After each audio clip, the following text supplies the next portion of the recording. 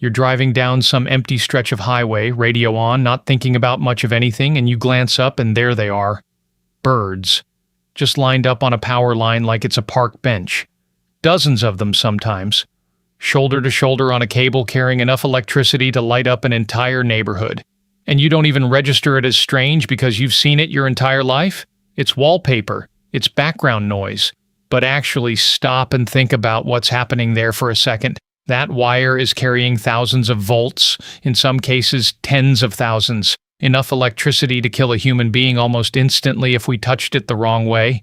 Enough to melt metal, start fires, black out cities, and a sparrow just lands on it like it's nothing, doesn't flinch, doesn't spark, doesn't so much as ruffle a feather.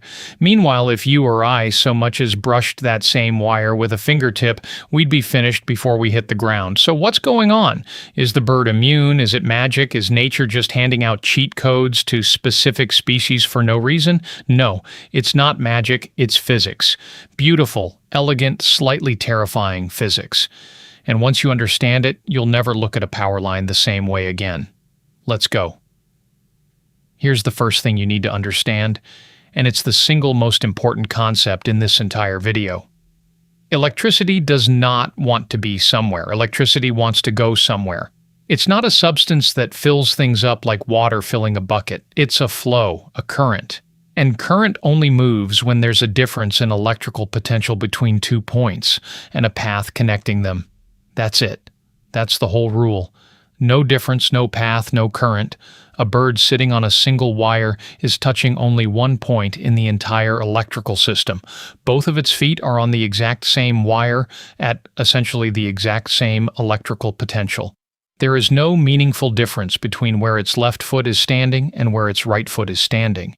And without a difference, there's nothing to flow through.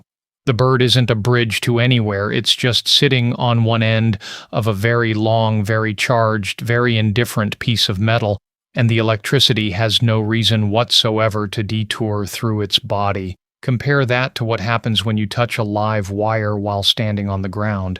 Now there's a massive difference in potential. The wire is charged. The earth beneath you is, for electrical purposes, essentially neutral. The moment your body creates a path between that high potential wire and the low potential ground, electricity takes it. Not because it's vindictive, not because it's hunting for a victim, just because that's the path of least resistance to a location it's trying to reach. You become the shortcut. The bird never becomes the shortcut because it never touches 2 points of different potential at the same time. This is why birds can sit comfortably on a wire that would kill you and me in an instant. It's not that their biology is special. It's that the geometry of their body relative to the circuit is completely different from ours.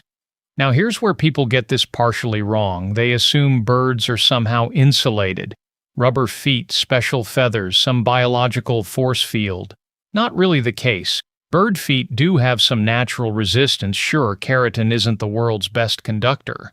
But that's not the mechanism doing the heavy lifting here. The real reason is purely about the circuit, not the creature. In fact, and this is the part that should genuinely unsettle you a little, birds are not actually protected from electrocution at all. They're just protected from this specific configuration. Change the configuration even slightly, and the outcome flips instantly and catastrophically. This brings us to the actual danger, because birds do die on power lines. Thousands of them every single year across every continent with power infrastructure. And when it happens, it's almost never because the bird touched one wire. It's because the bird touched two things at once that had a difference in potential. This usually happens one of two ways. The first is when a large bird, something with a big wingspan, an eagle, a hawk, a vulture, a stork, spreads its wings while perched, and one wingtip brushes a second wire running parallel to the first. Suddenly the bird isn't touching one point anymore, it's bridging two different potentials with its own body, and it becomes the path. The electricity doesn't hesitate.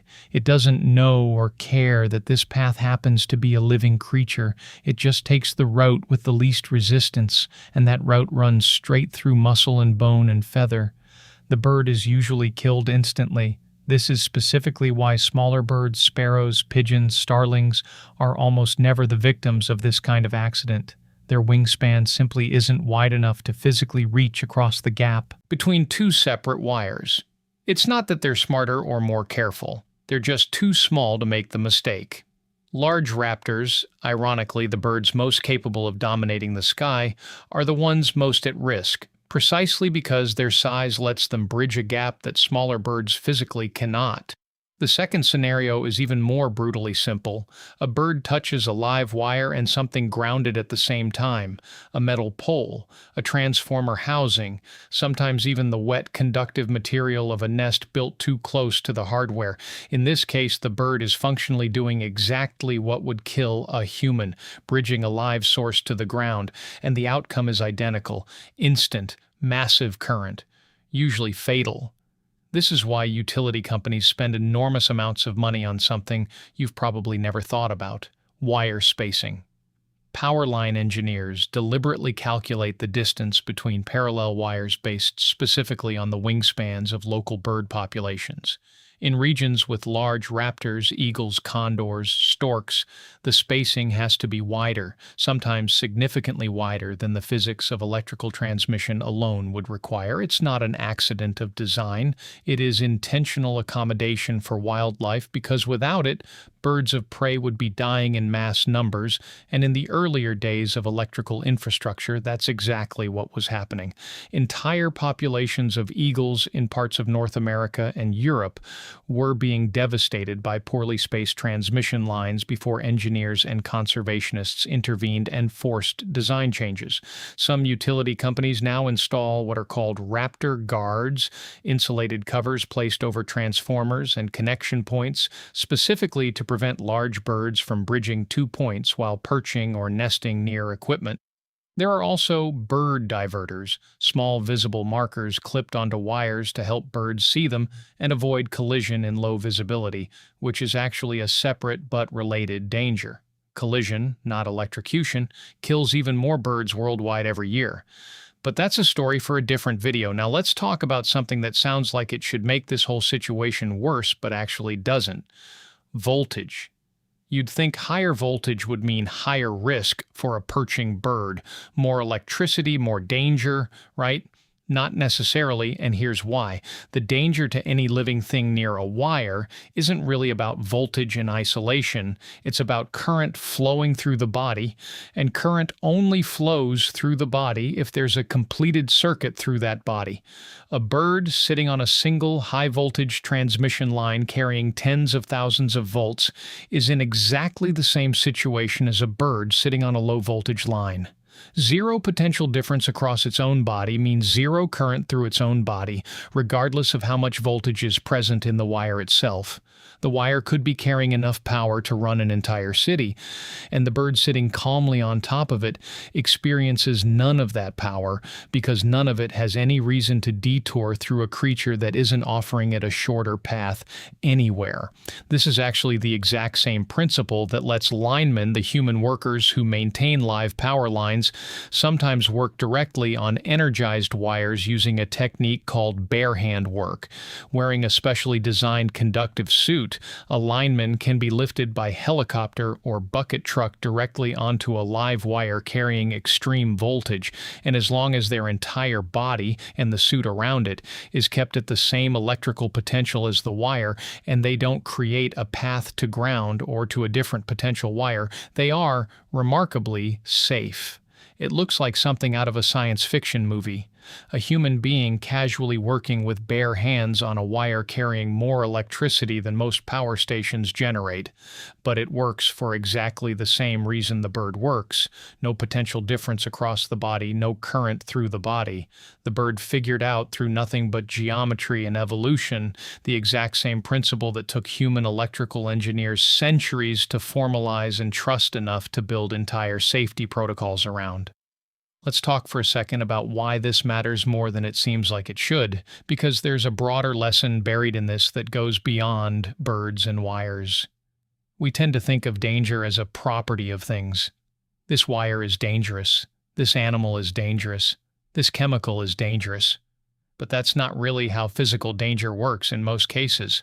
Danger, in situations like this, is almost always a property of relationships and configurations. not of the object itself. The exact same wire, carrying the exact same voltage, is completely harmless to a bird standing on it and instantly lethal to a human touching it while grounded.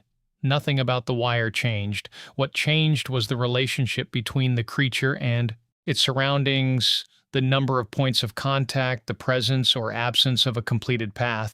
This is actually a genuinely useful way to think about risk more broadly. It's rarely the object, it's almost always the configuration. Now, here's something that makes this whole topic even stranger the more you dig into it. Birds are not the only animals that pull this off, and once you start looking, the pattern repeats itself across